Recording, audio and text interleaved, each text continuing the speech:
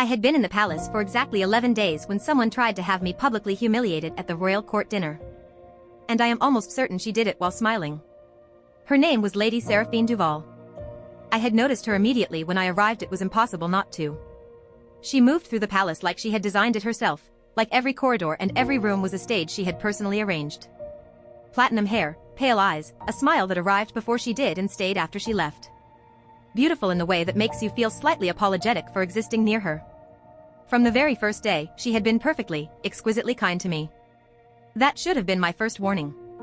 She volunteered to help me navigate court protocol. She recommended which ladies to befriend and which to avoid. She complimented my dresses, the court ones I had been given, not my own clothes, which she had looked at exactly once with an expression she controlled so fast I almost missed it. Almost. I am an artist. I notice things. I notice the half-second before someone decides what face to show you. So when she suggested, oh so helpfully, that I wear the pale rose gown to the formal court dinner on the 11th night, I almost trusted her. She said it was the appropriate choice. She said the deep green that first had chosen myself was too bold, too informal, that it would draw the wrong kind of attention. I put on the pale rose gown. I walked into that dinner and within 60 seconds I understood. Every senior lady of the court was wearing deep jewel tones. The pale rose made me look like I had wandered in from a garden party. Like I did not know. Like I was exactly what everyone already suspected, a commoner playing dress-up in a palace that did not want her. I felt the looks. I felt them the way you feel a draft from a window you cannot find. Cold and sourceless and everywhere. And across the room, I saw Seraphine in ivory and gold, watching me with that perfect, practiced smile. I made a decision in that moment. I lifted my chin. I walked to my assigned seat. I sat down like I had chosen this dress specifically, deliberately, and anyone who had a problem with it could take it up with my complete indifference. I am not sure I pulled it off. But I tried. What I did not expect was the person who sat down beside me. His name was Lord Davin Cress. He was some variety of minor nobility attached to the palace as a royal advisor, sandy-haired and easy-smiling, and he leaned over within 30 seconds of sitting down and said, in a very quiet voice, "Wrong dress." "Seraphine?" I looked at him. "Is it that obvious?" He smiled, and it was the first genuinely warm smile I had received from anyone inside these palace walls. Only to people who have been watching her do it to others for 3 years. "You handled it beautifully, for the record." I decided I liked him immediately. Which, given my track record with palace people, probably should have worried me more than it did. Davin became my first real ally inside the palace. He showed me which hallways to take to avoid the worst of the court gossip clusters. He brought me proper pigments from the city I had mentioned once, that I missed painting and left them outside my door with a note that just said "for surviving." I kept that note.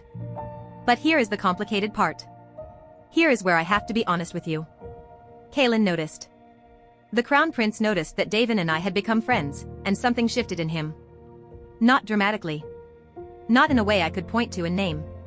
But I would catch him watching us in the corridor, those gray eyes unreadable, and then he would look away before I could decide what I had seen. In those 11 days, Kaelin and I had developed a strange rhythm.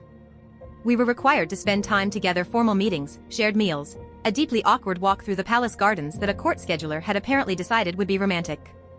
They were wrong. We mostly argued. About everything. About art and politics and whether rules existed to be followed or to be questioned. He thought rules existed to hold things together. I thought unexamined rules were just fear wearing a formal coat. He did not like that answer. But he did not dismiss it either. He would go very quiet in that particular way he had, and I could see him actually thinking, actually turning the idea over, and that was the thing about Kaelin that I had not anticipated. He actually listened. Even when he disagreed. Even when I was being, by palace standards, spectacularly inappropriate. One evening he found me in the portrait gallery. I had snuck in after dinner because it was the only room in the palace that felt like it had a soul. I was standing in front of a painting, a landscape, badly attributed. The brushwork was clearly a full generation earlier than the plaque claimed, and I was talking to it under my breath the way I do when I am working something out. He came in looking for something else entirely and stopped when he found me. I told him the painting was misdated. He told me I was probably wrong.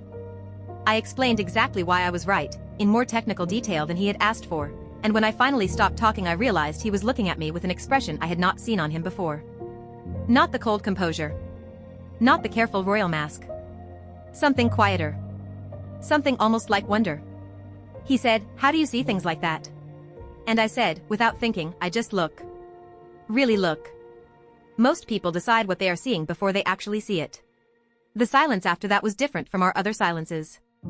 And then his personal aide appeared in the doorway to pull him back to whatever duty was waiting, and the moment dissolved, and he was the crown prince again and I was the inconvenient commoner he had been assigned to marry. But that night I lay awake in my enormous palace bed and I thought about the way he had looked at me.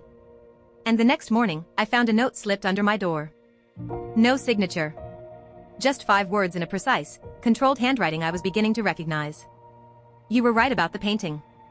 I stared at that note for a long time. Then I did something I had not done since arriving at the palace. I smiled. A real one. The kind that surprises you. And then Seraphine appeared in my doorway, uninvited, and told me sweetly, gently, with that practiced smile that the king had summoned me. That there was a question about whether the betrothal contract was truly binding. That there were those at court who believed the whole arrangement should simply be dissolved. She said it like she was doing me a favor. Like I should be relieved. But I looked at her pale eyes and I thought about that note still warm in my hand, and something in me went very, very still.